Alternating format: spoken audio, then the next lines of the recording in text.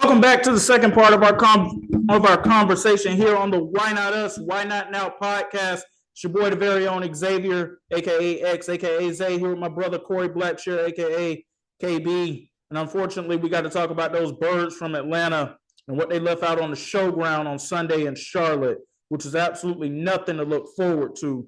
The Falcons losing to the Carolina Panthers 30-0. Parker Romo missing multiple field goals, proving that maybe Younghoe Koo probably should have been called back after the game.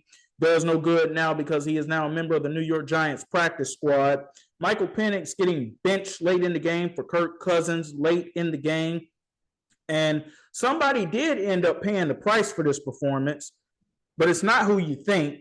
And we'll touch on that in just a moment. But KB, I'll let you take it away. Yeah, that might have been one of the most disgusting, pitiful performances I've ever seen as a fan that's been watching this team all my life. That team looked lifeless. Honestly, that was the worst that I've ever seen Michael Penix look.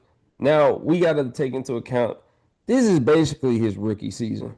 This is basically his first year. So I don't expect him to have a game like that, but that line, when it broke down, Michael Penix standing flat foot in the pocket like a sitting duck, throwing with no velocity. If you look at the two picks that he threw, at least one of them was his fault. The first one was definitely his fault. The second one you can attribute to the DB making a good play and the receiver slipping. But that team just looks lifeless. And for the team with weapons like Drake London, Bijan Robinson, Michael Penix, Kyle Pitts, and Darnell Mooney, you cannot go out there and score 0 points. You put up nothing. It's almost like you were not even there.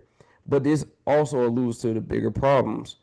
The Falcons cannot sustain drives. I don't know whether it's play calling. I think it is play calling, me personally. I think that Zach Robinson has to get away from that pistol. That pistol does not work. I know you've told me about it multiple times. That pistol is possibly one of the worst things that they're running because we've seen that it hasn't had the major success that he's thinking it's going to have, and yet they continue to go back to it over and over and over again. And the last point I'll make is I don't know if Raheem Morris knows this, but he's fighting for his job. Whether he knows it or not.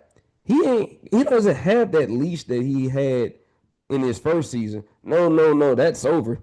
The honeymoon period is over. If he doesn't get this right and get this corrected soon, if the Falcons do not make the playoffs this year, he's gone. And I know that Arthur Blank doesn't fire coaches mid-season, but if this team is trending downwards with the division being the way it is and they're not up there with Tampa Bay fighting for that top spot, he's gone. And I wouldn't shed a tear over it. Honestly, so I want to see your thoughts on this, man. Speaking of Raheem Morris, he had some things to say about his starting quarterback situation earlier today. Quote, Kirk lost his job last year. We're not even close to that with Mike. He had a bad game. He was being asked on if Michael Penix was in danger of losing his job as the starter. What I'll simply say is never say never. And look, I'll go back to something I said again last week. I hear you when it comes down to the play calling. Zach Robinson, he needs to change things up. But some of this is also on Michael Penix too, KB. As pleasantly surprised as we've been at some of the things that he's done, he's also mainly only thrown and completed about 58% of his passes during most of his starts. That's not going to get it done in today's NFL. When Kirk Cousins was back there healthy last year, this offense was rolling. They just didn't have a defense that even came close to looking like what we've seen this season. The defense was not great on Sunday, but still they did enough that if the offense had gave them something, they would have at least had a fighting chance to win the game. They gave them nothing, and that's really unfortunate coming off of a big emotional win like they did in week 2 on Sunday Night Football against the Minnesota Vikings. You thought that they had turned the corner. I guess not. But yes, you are absolutely right. Raheem Morris is fighting for his job, and he's doing everything possible to try to save it because somebody did eat the blame for this loss that happened on Sunday, but it would be somebody who you wouldn't think would be the person. And, you can only hope, first of all, the best for the coach and for the change that they've made that ends up being the case. But for those who don't know, the Falcons fired their wide receivers coach, Ike Hilliard. He is the person who is eating the blame for what happened on Sunday. And passing game coordinator TJ Yates, yes, the same TJ Yates who used to quarterback the Houston Texans about a decade ago.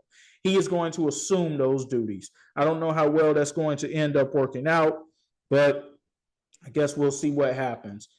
KB, I've been off Raheem Morris, honestly, since he mismanaged the clock the way that he did against the Washington Commanders on Sunday Night Football late last year when the Falcons still had a chance to win that division against the Tampa Bay Buccaneers, and him not knowing how to use his timeouts, but you and I knowing that he should have used those timeouts. I was off him then, and I really tried to stick in there with him as a guy who I thought deserved another chance to be a head coach. Thought he kind of got a raw deal in Tampa, especially there towards the end. Wanted to believe in it. I just don't see it right there. And eventually, at some point, if things don't change, he's going to lose the locker room. It's only so many raw speeches you can give. Yeah, I'm with you on that because I'm hearing, yeah, we're gonna come out, we're gonna be a different team this year. But what I'm not seeing is results. If you look at the 3 games that the Falcons have played, they've looked putrid on offense as far as finishing drives with touchdowns.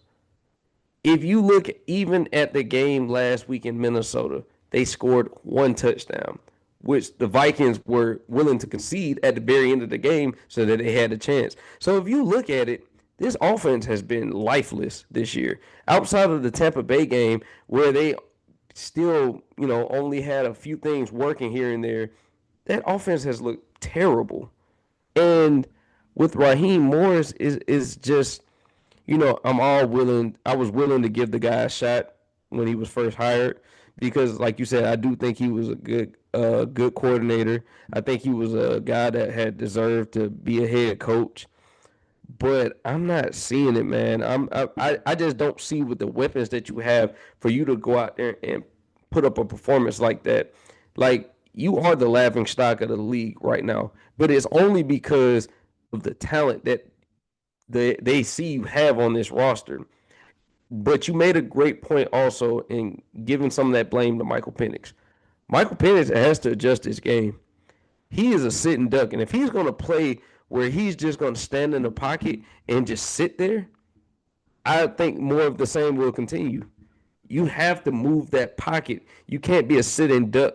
That was the reason why some of the stuff that happened with Kirk Cousins happened because the days of the traditional pocket passer are slowly moving. We're moving from that.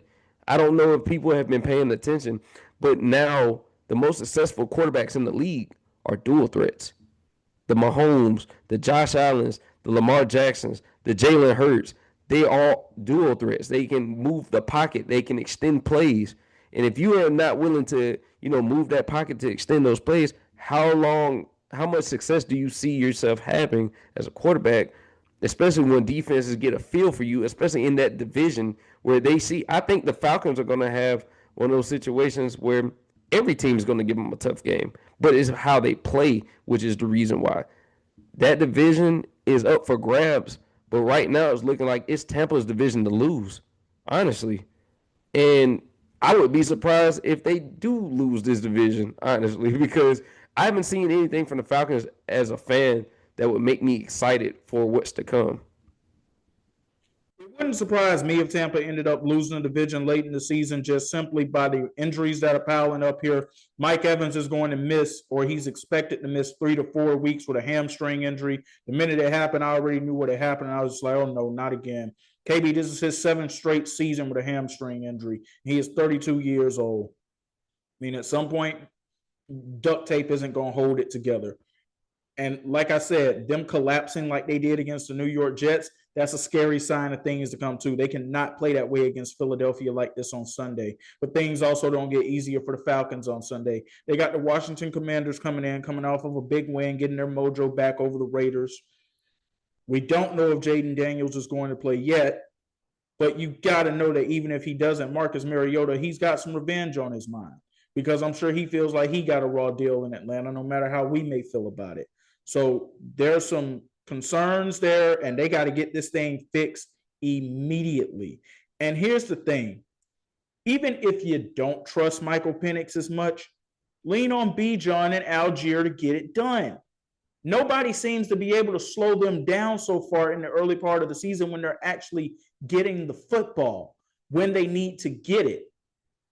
So lean on your backs. Look at what Detroit does with their backs. The Falcons, Algier and Bijan, they are very capable of doing the same things that we see Jahmyr Gibbs and David Montgomery doing in Detroit. So they might need to go more to a rushing attack and limit some of what they're trying to do with the passing attack, quite honestly. But they got to fix this, and they got to fix it ASAP. Finally, somebody speaking some sense, because I'm not understanding why I don't see more of Bijan and Tyler Algier being the 1A, 1B, kind of similar to what they had the year they went to the Super Bowl with Tevin Coleman and Devontae Freeman. You have two capable backs, and they both have different skill sets, but they both are very capable of carrying your offense. We've seen it. So my thing is, there's no reason why Tyler Algier should get one carry in the game. I don't care how the game is going. You keep feeding those horses, and then hopefully that there's going to be an opening eventually. You wearing that defense down, gashing them on the run, it has to open up something. I would like to see more packages personally where they're both on the field at the same time. That way that the defense can't, they're going to be scrambling because they don't know if they're going to be a threat in the passing game. They don't know whether they're going to be running some kind of misdirections or counters. You have no idea, because the way I see Detroit using their backs, that should be the standard that everybody who has two capable backs, they should be looking at that team as the gold standard. Because as you seen on the Monday night game, they both dominated that game. And I feel like the Falcons have that talent in the backfield. But if you're not going to utilize it, it's almost like not having it. And so, I mean, it's a scary situation right now for the Falcons because, like you said, with the next two opponents being Washington and Buffalo, you got hell coming your way if you don't get this thing figured out soon. So I don't know. It's looking bad right now. Yeah, they very well could go 1-4. I'll give them a fighting chance to beat Washington simply because we don't know if Jaden Daniels is going to play yet. I'm sorry, I don't give them any chance of beating Buffalo, not while 17 is standing upright. And if they start off 1-4, I know you said earlier that Arthur Blank doesn't fire coaches mid-season. He knows that he has the talent out there on the field that can get this done, and he might go ahead and make that move that he needs to make to try to instill some type of different life into this team, because falling 1-4, at that point, I'm pretty sure the rah-rah speeches of Coach Morris will have fallen flat. Speaking of things falling flat, the Cowboys and Packers, they both lost in week 3. The Browns defeating Green Bay 13-10. That was a low-scoring affair. Told you earlier, Cleveland's defense, they are for real, Myles Garrett and company. But the Cowboys, yeah, they lost to the Chicago Bears 31-14. And we've been cooking Caleb Williams for the past 2 weeks. And the Cowboys, they made sure that we would cook him no more. Now we have to come in and we have to give him praise for how he played against the Dallas Cowboys defense. But before we do that, I got to go back to something I said in part 1 of this episode. And it goes back to week 2 when Russell Wilson absolutely lit the New York Giants up. And we were like, man, Russ looked great. Russ looked great. And then Russ goes up against Kansas City. He doesn't look great. He goes up against Washington in week 1. He didn't look great. And now we know, I feel very confident saying this, KB. Now we know that that was more so because of the awful defense that the Dallas Cowboys have on the front 7 and in the back 4.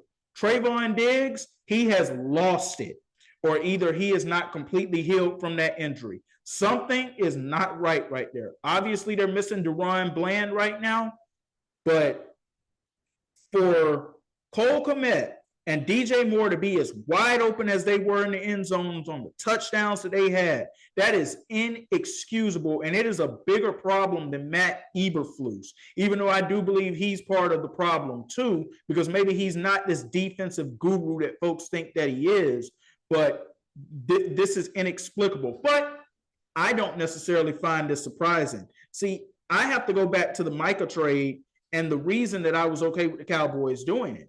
I knew it was for the future.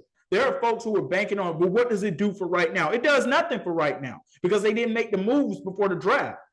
So this is all about the future. And Jerry Jones even said this week that he's open to trading one of those first-round picks to try to acquire more picks, which is something that if you go back to episode 1, I said that the Cowboys probably would look into doing anyway to try to add more pieces to what it is they need. But not a good showing for the Cowboys all the way around. Dak Prescott completed 31 passes, and they only scored 14 points as an offense. Now, it should be noted that CeeDee Lamb went down with a high ankle sprain, and to me, it's inexplicable how that happened too. Why are you lining your number one wide receiver up in the backfield like he is a running back, putting him in a position like that? That makes no sense to me. So now I think what we're starting to see here are the chinks in the armor of Brian Schottenheimer. Yeah, like you said, I'm not surprised by any of this. You know, the defense looked decent week 1, but from there on, this defense is terrible. Honestly, like atrocious would be the word that I would use. Like you said, we didn't expect any type of payoff from the Micah Parsons trade, this year because it wasn't going to be for this year. We already knew that the picks were the most important thing coming out of that trade, but that secondary has been awful. They've been banged up. They've been awful. And honestly, with the CeeDee Lamb injury, I think it's gonna be worse to come. I don't see it getting better. I don't see it getting better. You got a division full of teams, and honestly, I'm more excited for the Giants with Jackson Dart than I am for the Cowboys right now. And that might sound crazy to a lot of people. It's not crazy to me. I don't see anything from this team that would make me feel excited. Without CeeDee Lamb for a couple of weeks, you have no real playmakers on that offense that would make a defense worry. And I'm not trying to be disrespectful to the guys that they have out there, but there's nothing that scares me when I have the game plan against Javonte Williams, Kevontae Turpin, Dak Prescott, and friends. I'm not worried about that. But CeeDee Lamb, he adds an element to that offense that, it can't be replaced with what they have. So I don't see it getting any better. And with you already losing ground in that division, I think it's going to get worse. And I do expect them to finish towards the bottom of the division this year. Should also be noted that Crash Out George made an appearance during this game, too. I knew he was still in there somewhere. Everything is going to be all good with George Pickens in Dallas when they're winning. When they're losing, and specifically when he's not getting the ball where he feels like he should be getting it, especially in a spot where CeeDee Lamb is injured, you're going to see Crash Out George make his appearance. I tried to warn some Cowboy fans about that. They're like, no, he just needed to change the scenery. No, I've been seeing Crash Out George since his UGA days. It was much bigger than just the Pittsburgh Steelers. So he made an appearance in the game. Hopefully they can get that tightened up in that organization. But I don't know. That culture seems to be so loose there. With the owner being the face of the franchise, we have to see what happens. And like you said, things don't get any easier. The Green Bay Packers come into town this weekend, the Micah Parsons revenge game. And we know that there will not be a tribute for Micah. Jerry Jones has said that already. He said that he feels that it is not appropriate. And to be honest with you, KB, I don't have a problem with that because I feel like tribute should be dedicated for people who did special, iconic things for franchise and organizations. And I'm not even just saying that for the NFL. I mean that in sports all around. We have got to get away from these tribute videos. They first started turning me off on these things when the Lakers hosted the Pelicans in a home game in 2019. And there was a tribute video saying thank you to Lonzo, B.I., and Josh Hart. What are we thanking them for? They did nothing in their time here with the organization. You went nowhere with them. What are we saying thank you for? Thank you for being good enough to at least help us acquire Anthony Davis. That would be the only reason you're saying thank you. So that's enough of my soapbox on that one.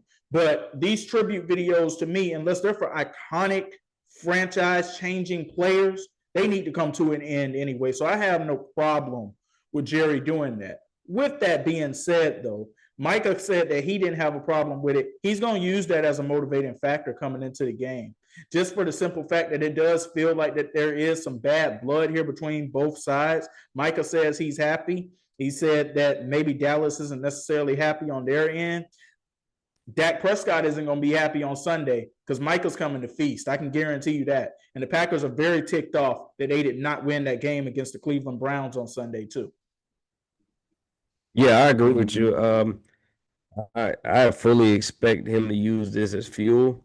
But like you said, tribute videos should be dedicated for legends. And when you think of all the legends that have put on that star, like you can't. His tenure was not long enough for me to even warrant giving a tribute video. When I think of Cowboy legends, I'm thinking of guys like DeMarcus Ware, Jason Witten. Those guys come to mind. Those guys deserve the tribute videos.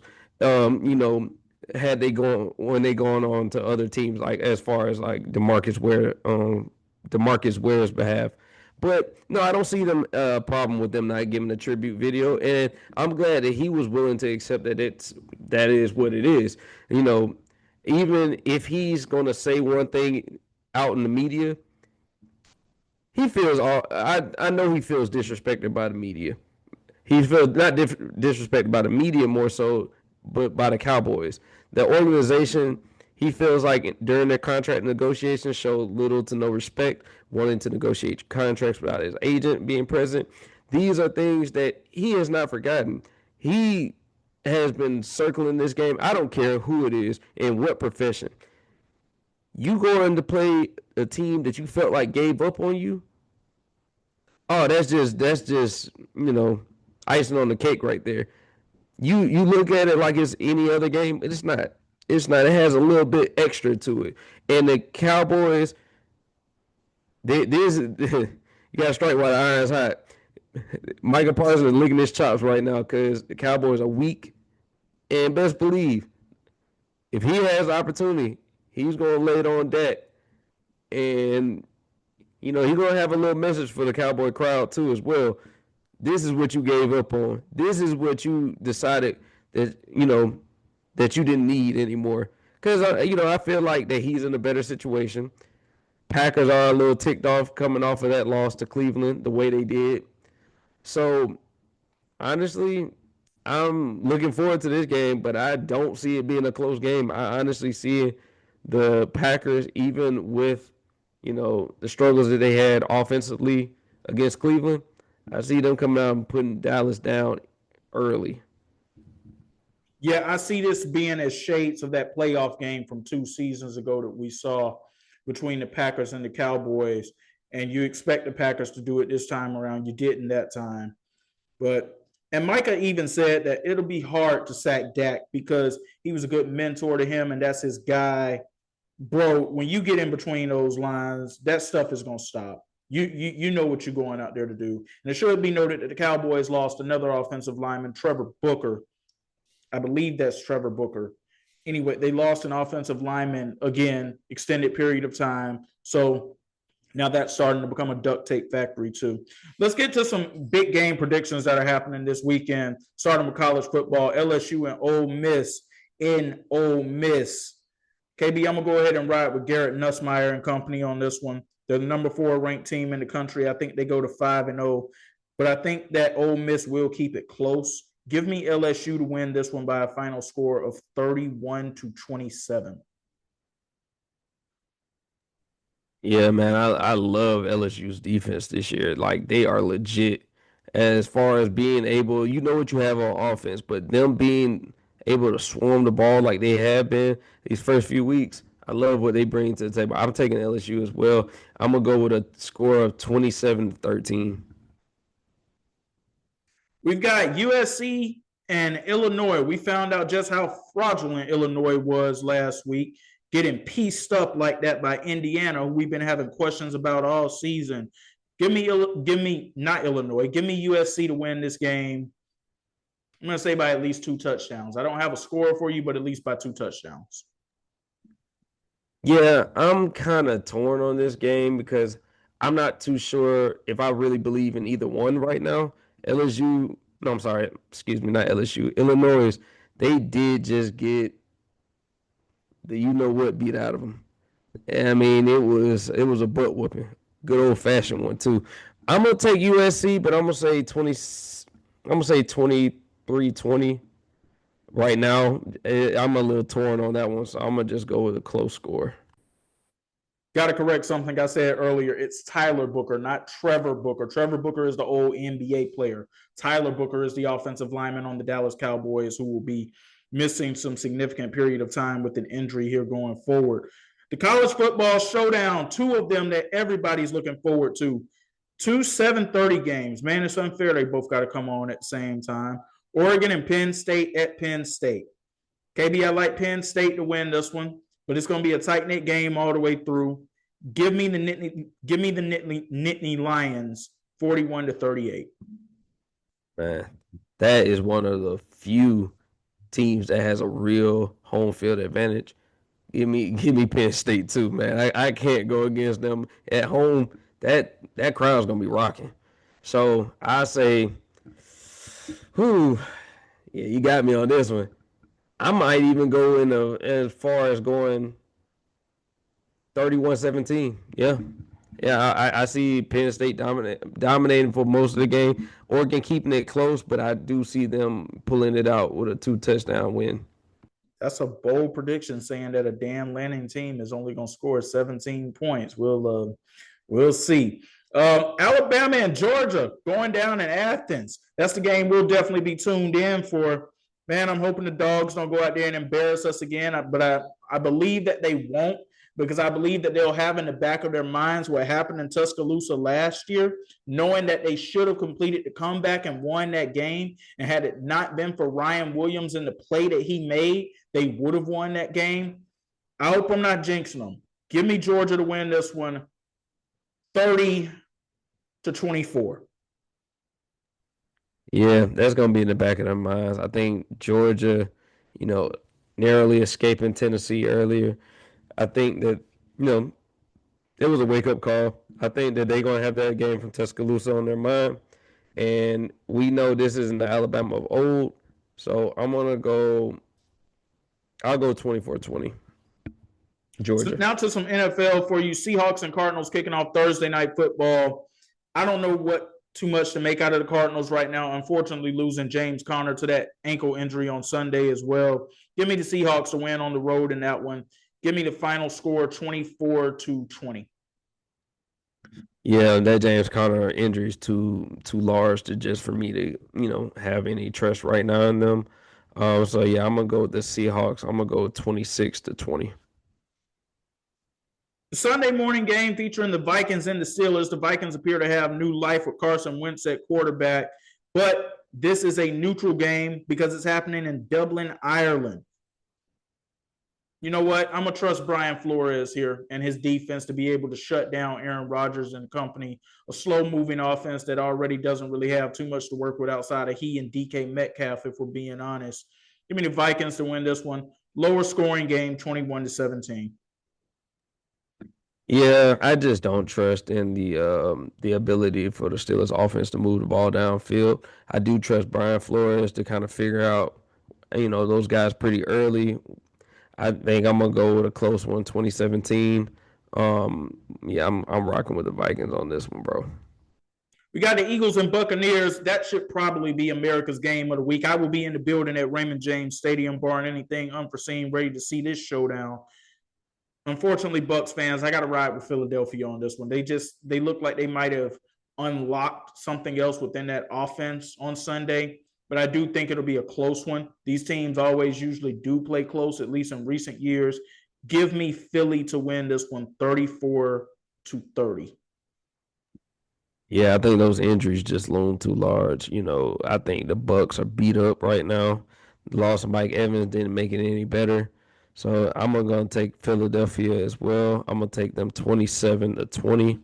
I think that, the Eagles run the ball effectively and they hold off Tampa Bay on the road.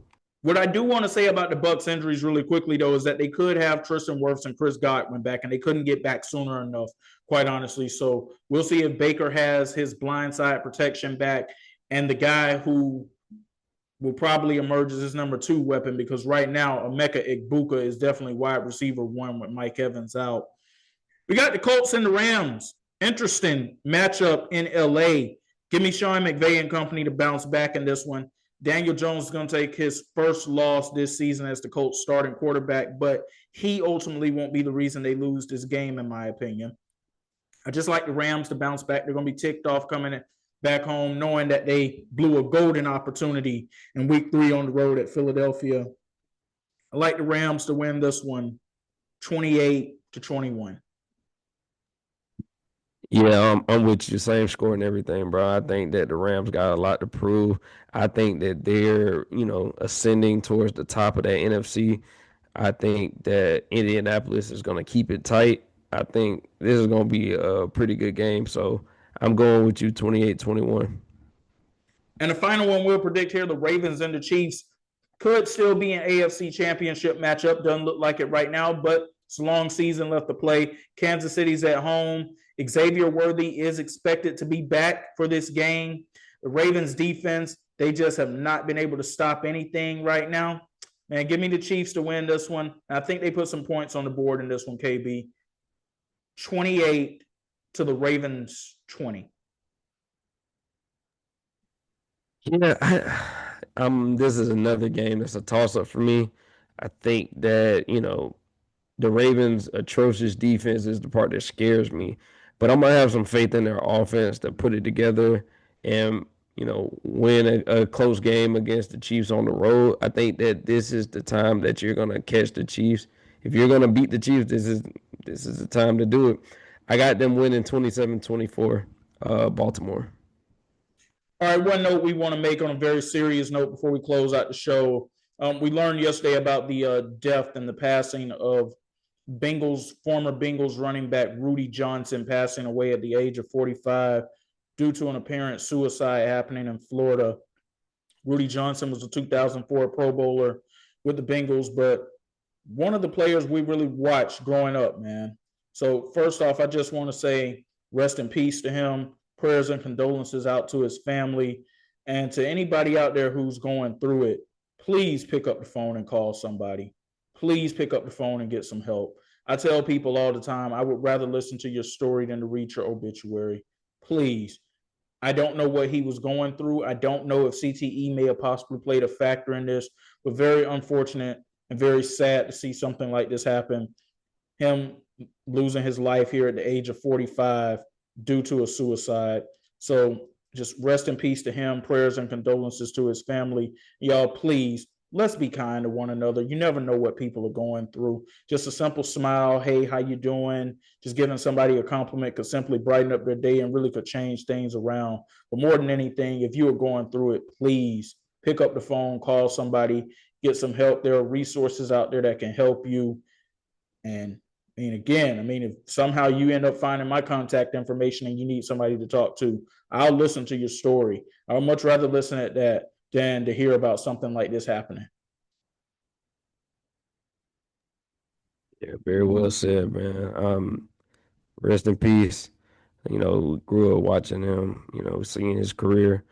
And like you said, man, there are resources out there for people who may be going through something, who feel like that there's no other option. You do have an option. You have people out here that are willing to hear you out and that honestly care about what you're going through.